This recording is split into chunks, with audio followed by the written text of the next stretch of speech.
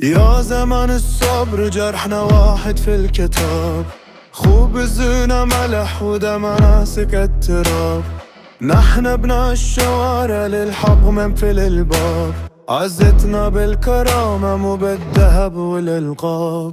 Kırılsa da kalem boyun eğmez bu hakikat. Mazlumun ahı bizimdir, zalime bu barikat. Ayrı rüzgarlar esse de tek denize akarız. Adalet mülkün değil, vicdanın tahtındadır. Sönse de bütün ışıklar, biz bu ateşi yakarız.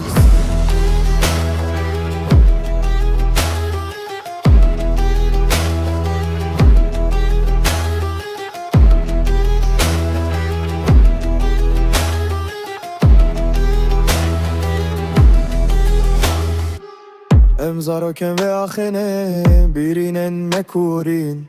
Dileme ve kagire her demem pedi kişinin. Zulme kabul nakin seremeli berkesin atini.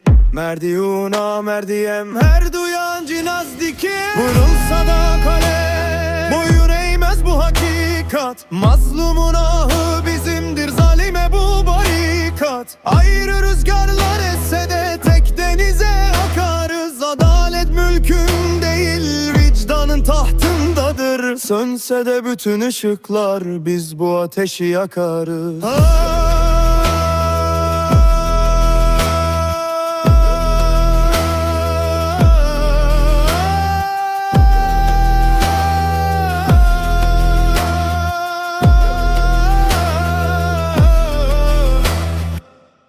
ما گدایان عشقیم پادشاهان شب.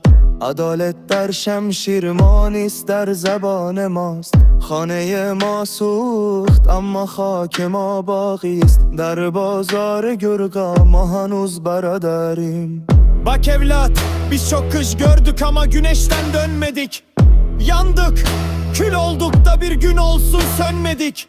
Soframızda herkese yer var, kalbimizde herkese yer yok. Bizim cebimiz boş kalsa da gönlümüz her daim tok. Efendilik bizim tacımızdır, sanma ki korkarız. Lüzum gelirse fırtına kopar, sessizce bakarız.